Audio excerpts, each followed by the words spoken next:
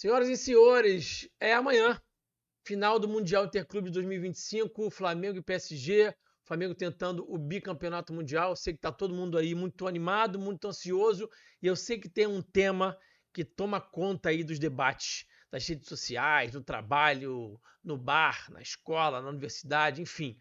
Escalação, quais são as peças que vão a campo, quem é que o Felipe vai escolher, os 11 titulares numa partida tão importante quanto essa. E eu quero, obviamente, falar sobre isso de uma maneira um pouco mais aprofundada e embasada, com muita calma, tá? Com muita serenidade, tá? Com responsabilidade também. A gente precisa falar desse tema com tranquilidade. Por quê? Por quê? Vamos lá, vamos por partes, tá?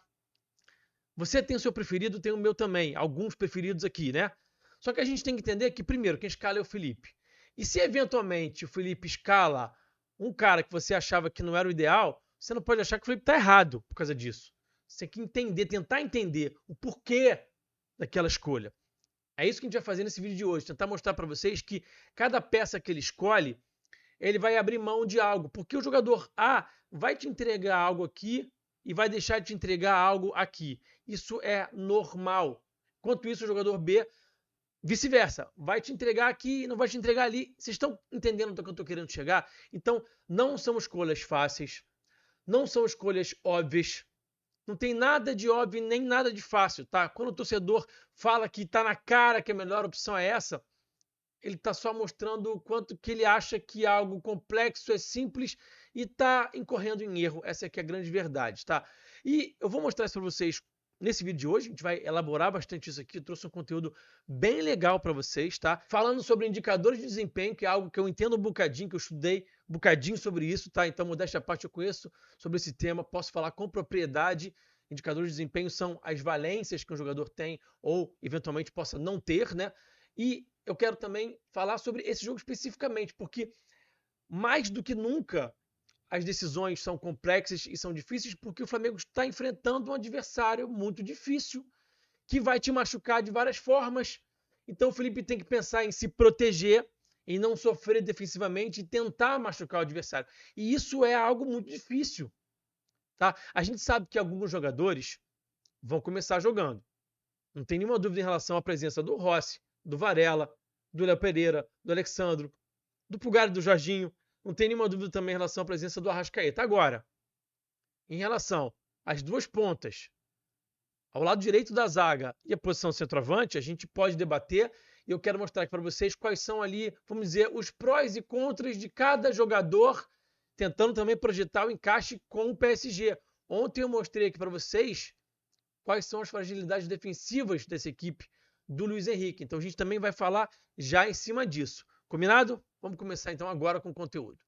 Bom, uma das grandes dúvidas que a gente vê nas redes sociais, um dos grandes debates é esse aí, Danilo Ortiz. Talvez seja o maior debate de todos, né? Quem que o Felipe vai escolher? Então vamos olhar aqui para os prós e contras de cada um desses dois atletas. Tá começando pelo Danilo. O que ele vai entregar? Ele vai entregar duelo aéreo ofensivo, ele está fazendo muito gol, ele está sendo um artilheiro, fez gol contra o Pirâmides, fez gol de título de Libertadores, tá muito bem. Primeira bola, o que é primeira bola? Também tem a ver com duelo aéreo, aquela bola que o goleiro adversário dá um chutão ou um zagueiro e ele vai disputar no alto ali com o centroavante. Ele é melhor que o Ortiz nessa primeira bola. Não quer dizer que o Ortiz vá mal, o Ortiz vai bem também, mas o Danilo é ainda melhor. Então, se o Felipe entender que é muito importante vencer muito essa primeira bola, ele pode escolher o Danilo. Bom, vamos seguir então. Velocidade. O Danilo é o cara mais veloz do que o Ortiz. Se ele entender que faz sentido, que é importante para ele ter um zagueiro mais veloz, ele pode optar pelo Danilo. A maior experiência do Danilo também pode fazer diferença numa partida grande como essa. Gente, o Ortiz não foi bem no jogo contra o Bayern de Munique lá no Mundial. Não foi bem. E o Danilo jogou contra o Chelsea, foi muito bem e o Flamengo ganhou. Então isso pode pesar sim. E tem um momento também. Ele está muito confiante, ele está realmente num momento muito bom. Então aproveitar o momento bom do Danilo também pode ser a escolha do Felipe. E aí o Felipe pode escolher o nosso zagueiro artilheiro, camisa 13, por conta desses indicadores de desempenho aí, tá? Bom, vamos seguir porque agora a gente vai falar um pouquinho do Ortiz. O que o Ortiz entrega de bom? Saída de bola, a capacidade de passe dele é acima da capacidade do Danilo. Não que o Danilo seja ruim, mas o Ortiz é um monstro, né, construindo. A intencionalidade que ele tem para jogar o jogo de posição, esse modelo de jogo do Felipe casa muito com o que é o Ortiz enquanto jogador.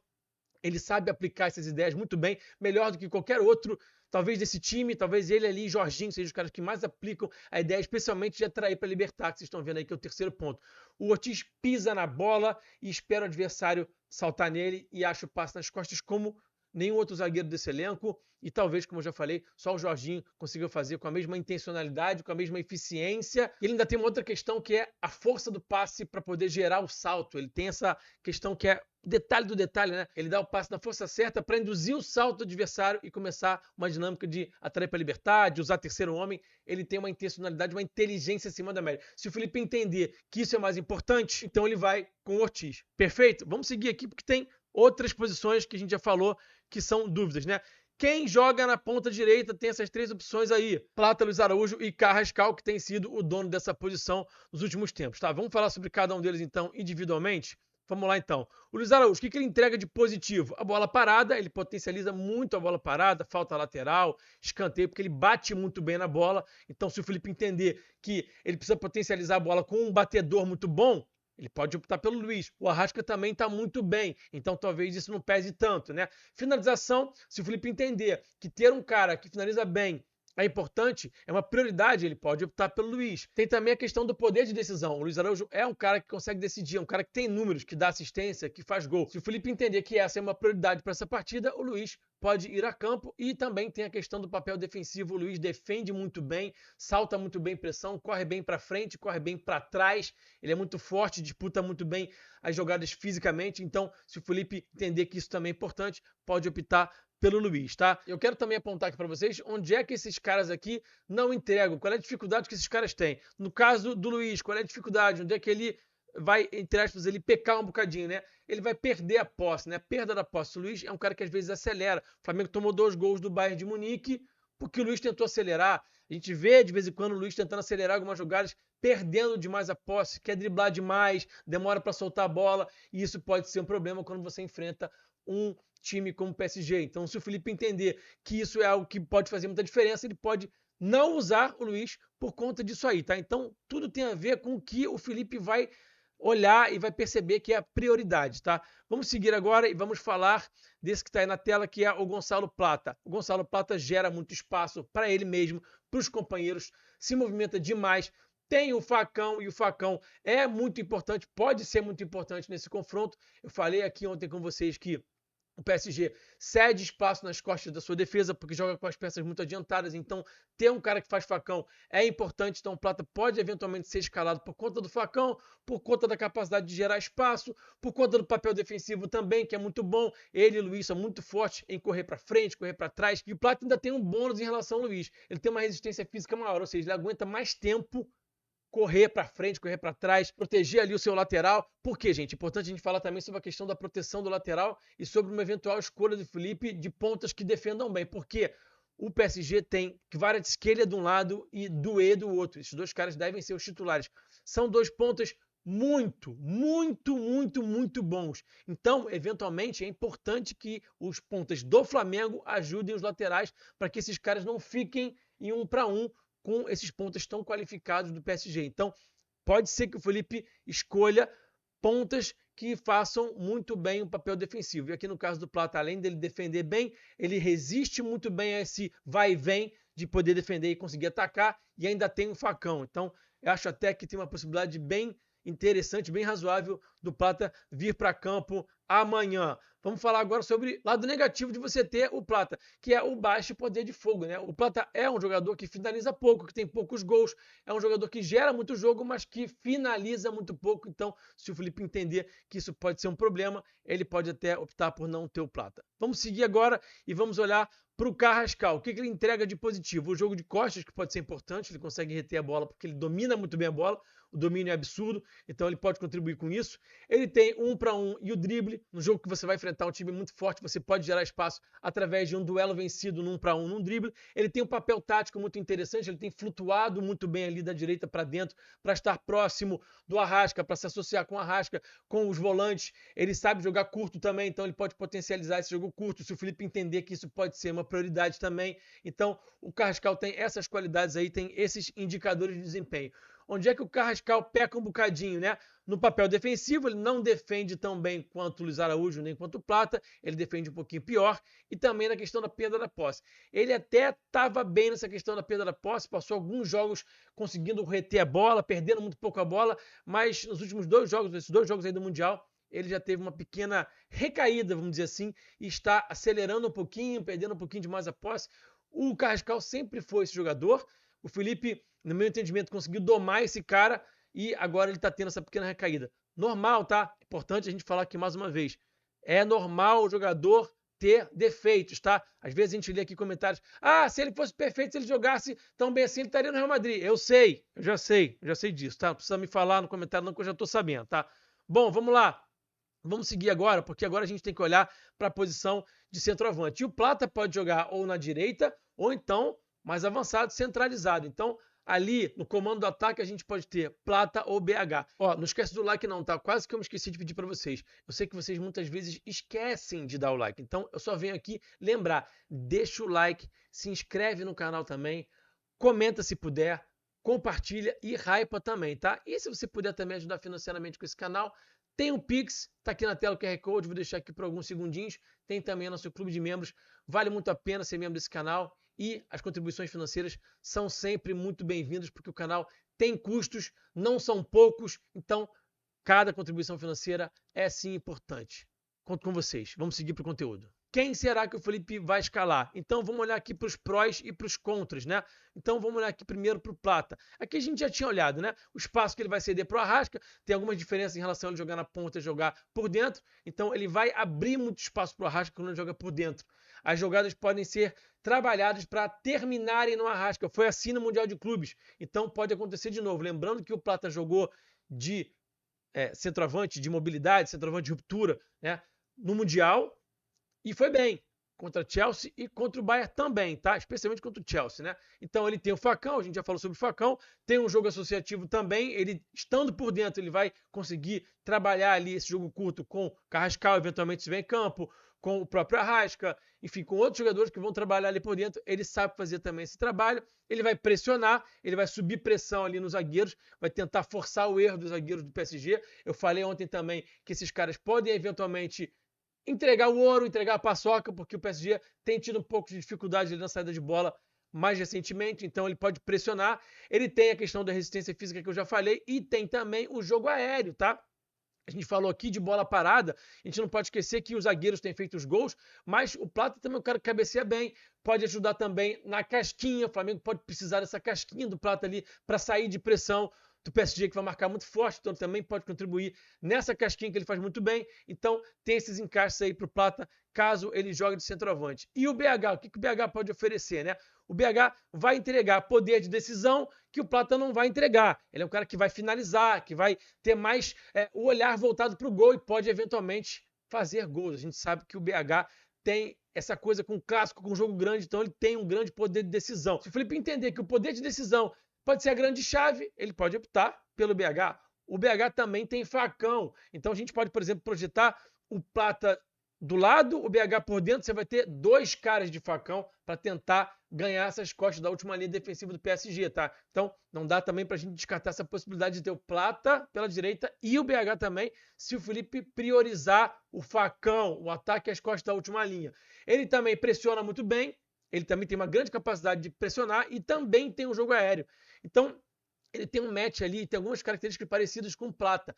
O Felipe pode usar os dois ao mesmo tempo, se ele entender que a soma dos dois pode potencializar algumas dessas características, algumas dessas jogadas que o Felipe vai entender que são importantes para a estratégia desse jogo especificamente. Vamos seguir aqui e vamos olhar agora o que o BH não entrega de tão bom, né? O jogo de costas, a gente sabe que ele tem dificuldade de dominar essa bola, de reter essa bola de costas, e a retenção da posse de uma forma geral, não é só no pivô, não. Ele tem desperdiçado algumas jogadas, ele tem acelerado, tem perdido algumas bolas, tem sido um pouco afoito, tem corrido na direção errada. A gente viu até o Felipe falando ali, aquela tradução ali do Gustavo Machado, que o Felipe cita nominalmente o BH, então ele tem um pouquinho de dificuldade de dar sequência a algumas jogadas. Se o Felipe entender que isso pode pesar demais, pode optar por usar o BH de repente no segundo tempo e não de início, tá? Agora a gente vai falar sobre a ponta esquerda e de novo, é claro que o Carrascal aparece porque o Carrascal é o coringa aí desse ataque pode jogar centralizado, pode jogar numa ponta ou na outra. Então, quem é que pode jogar na ponta esquerda? Cebolinha, Lino ou Carrascal, tá? E aí, o que cada um desses caras pode oferecer de bom e de não tão bom assim? Vamos começar então com o Lino. É o cara que defende melhor desses três, tá? Sobre isso não resta nenhuma dúvida. Então, se o Felipe entender que é importante ter um cara que defende bem, porque vai ter o Doué ali, então ele pode usar o Lino para poder ajudar o Alexandro. Ele também tem a questão da manutenção da posse. Ele perde pouco a bola, tá? Ele perde pouco a bola. Isso pode ser importante num jogo decisivo, num jogo final. E tem também a questão da experiência internacional. Tá mais acostumado a jogo grande, a enfrentar esses caras aí, do que Cebolinha e próprio Carrascal. Por quê? Estava no Atlético de Madrid até outro dia. A gente sabe que isso também pode pesar em relação ao Danilo, tá? E o que é que o Lino não entrega? Onde é que o Lino tem dificuldade de ajudar o time, né? Nisso aqui, ó. No 1 para 1 e no drible, ele é muito bom no 1 para 1, ele é muito bom driblando, mas ele tá sem confiança. A gente vê o Lino às vezes com a possibilidade de ganhar 1 para 1, de ganhar as costas do adversário, e ele não ganha, ele refuga, prefere manter a posse da bola porque está sem confiança. E também tem baixo poder de fogo, né? Ele não finaliza tão bem, também passa pela questão da confiança, não finaliza muito e também não finaliza tão bem porque está sem confiança. Então, realmente, ele tem pouco poder de fogo. Se o Felipe entender que ele precisa de um ponta daquele lado ali com poder de fogo, ele pode abrir mão do Lino, tá? Bom, a gente vai olhar agora pro Cebolinha, tá? O que o Cebolinha entrega? 1 para 1. E aí a gente tem a questão do Zaire-Emery, que está improvisado ali no lateral direito do PSG, né? O Hakimi está machucado e o Zaire-Emery é um volante, é um meio campista, então ele tem um pouquinho mais de dificuldade de marcar por aquele lado direito, tá? Então o Cebola pode partir para esse 1 para 1 e ganhar as costas do Zaire-Emery. Ele tem também a finalização, então você pode, por exemplo, projetar o Felipe priorizando os jogadores que finalizam muito e tendo os Araújo e Cebolinha. É uma dupla que vai finalizar bastante, se o Felipe entender que é importante caras que vão finalizar de média distância. E tem um momento também, o Cebolinha está confiante. Eu diria para vocês que se o Felipe não optar pelo Cebolinha começar, é muito provável que o Cebolinha entre no segundo tempo, porque o Cebolinha está entrando muito bem, está muito confiante. E é claro que a gente vai falar agora também do que é que ele não oferece. E vocês já sabem, né? O papel defensivo, sem embora do Cebolinha, não é tão bom, um pouquinho disperso, tem uma dificuldade de ler algumas situações. Então, o Felipe pode, de repente, optar por não ter o Cebola, se ele entender que é muito importante ter um ponta que defenda bem para essa partida, já que o adversário é muito forte. Vamos falar agora do Carrascal lá pela esquerda, associação com o Arrasca, com o Alexandro. Vocês lembram da partidaça que ele fez contra o Racing jogando pela esquerda? Eu prefiro o Carrascal jogando pela esquerda do que pela direita. Não sei o que vocês acham. Me digam aí nos comentários, tá? Me digam aí nos comentários. De novo, eu tenho que falar também do jogo de costas. Ele domina essa bola de costas e consegue reter essa posse. Ele tem realmente esse jogo de costas, consegue dominar muito bem a bola. E isso pode ser muito importante no contexto de um adversário muito forte, que pressiona muito na marcação. E ele tem 1 para 1 e o drible também, assim como tem o Cebola. Ele pode vencer esses duelos contra o Zaire-Emery ali pela esquerda, trabalhando também muito com o Arrasca, se associando com o Arrasca, com o Alexandro. Ele se movimenta muito por ali, dá o corredor para o Alexandro, ou então abre. Eu sempre me lembro do jogo contra o Racing, funcionou muito bem aquele lado esquerdo ali, com o Carrascal, o Arrasca vindo trabalhar por ali, e o Alexandre. Será que o Felipe vai tentar reproduzir aquilo de novo, entendendo que o Zaire-Emery é o elo fraco da defesa do PSG? Pode ser, hein? Pode ser, tá? E eu também quero falar com vocês sobre o que ele não entrega, vocês já sabem, né? O papel defensivo dele, quando ele tá na esquerda, ele marca um pouquinho melhor, tá? Acho que é um pouco da noção que ele tem de espaço ali da linha lateral, estar ao seu lado esquerdo. Quando ele tá do lado direito, eu acho que ele tem mais dificuldade. Mas mesmo assim, se você for comparar a capacidade que ele tem de defender com a do Lino, o Lino marca muito melhor do que o Carrascal. Então, defensivamente, o Carrascal não é tão forte assim. O Felipe pode optar por não tê-lo, caso priorize um ponta que precisa defender. E também tem a perda da posse, que eu já falei também. Então, a gente sabe que o Carrascal recentemente tem perdido um pouquinho demais a posse da bola. Eu quero falar agora sobre algo que talvez você não tenha pensado. Me diga aí nos comentários se você pensou nessa possibilidade, que é o BH na ponta. Não digo nem de início não, tá? Não digo de início não. Acho improvável que o Felipe vá colocar o BH na ponta, tendo as opções do Carrascal, do Cebolinha e do Lino. Seria uma mudança radical, a gente sabe que o Felipe não faz mudanças tão radicais assim, o Felipe é um cara conservador. Mas eu imagino que por conta desse espaço às costas que fica dessa última linha defensiva do PSG, especialmente as costas do Zaire-Emery, eu mostrei isso para vocês aqui no vídeo de ontem, tá? Ele tá com dificuldade de defender as costas, o Felipe pode eventualmente, durante a partida, colocar o BH na ponta. Por quê? Porque o BH na ponta, meus amigos, é facão na veia. E por que eu tô falando isso? Porque Carrascal, Cebolinha e Lino não são caras de facão. Tenho visto muita gente falar isso nas redes sociais, aqui nos comentários do YouTube. Não, eles não são caras de atacar muitas costas da última linha. O Lino um pouco. O Lino até faz o gol lá, que deu o título pro Flamengo no Brasileirão, fazendo um facãozinho curto ali e ficando de cara pro goleiro. Mas ele não tem feito muito, até por conta da falta de confiança. O Lino é mais de pegar essa bola no pé e trabalhar 1 para 1. Também é assim o Carrascal, também é assim o Cebolinha. O BH não, o BH bola no espaço. Então, se o Felipe entender que essa jogada de jogar a bola no espaço, nas costas do Zanemery, pode ser uma chave para a vitória, ele eventualmente pode colocar o BH por ali sim. Eu não vou ficar surpreso se ele fizer isso. Volto a dizer, acho que não de início, porque seria uma mudança um pouco radical, e aí teria que pegar o BH já com 34 para 35 anos para marcar o ponta lá. Ele até faz, ele até tem essa disponibilidade, ele se entrega muito sem a bola, mas vai desgastar muito também. Então não sei se ele vai fazer isso de cara, mas acho que isso pode acontecer durante o jogo. Vamos ficar ligados, hein? E aí, entenderam qual é o meu ponto quando eu digo que não é simples? É uma questão de entender o que é prioridade. É olhar, estudar, observar. Não é simples como parece. O torcedor tem essa tendência de achar que é muito simples. Tá na cara que tem que botar fulano e fulano, fulano. Essa é a melhor opção. Não necessariamente. Então, vamos com calma também amanhã, 12h30, quando sair a escalação. Vamos tentar entender por que o Felipe escalou A, B ou C. Combinado? Então tá bom. Fechado. Ó, não esquece do like, tá? Não esquece do like, não esquece também de se inscrever no canal, de hypar, de comentar e de compartilhar, que ajuda muito aqui o nosso trabalho. Eu volto amanhã em live, tá? Amanhã de manhã tem live aqui no canal. Conto com a presença, com a audiência de todos vocês pra gente fazer aí um super pré-jogo, pra gente explorar bastante aí tudo que envolve a questão tática dessa partida, dessa partidaça, dessa partida que pode ser histórica, que pode dar ao Flamengo o seu segundo título mundial. Espero vocês então. Vai ser ali por volta das 9h30, provavelmente 9h30, tá? Então fica ligado aí. Eu vou subir a live aqui no YouTube, vai aparecer no feed para vocês. Então fiquem ligados, eu conto com a audiência de todos. Um abração, até amanhã. Eu fui, saudações, valeu.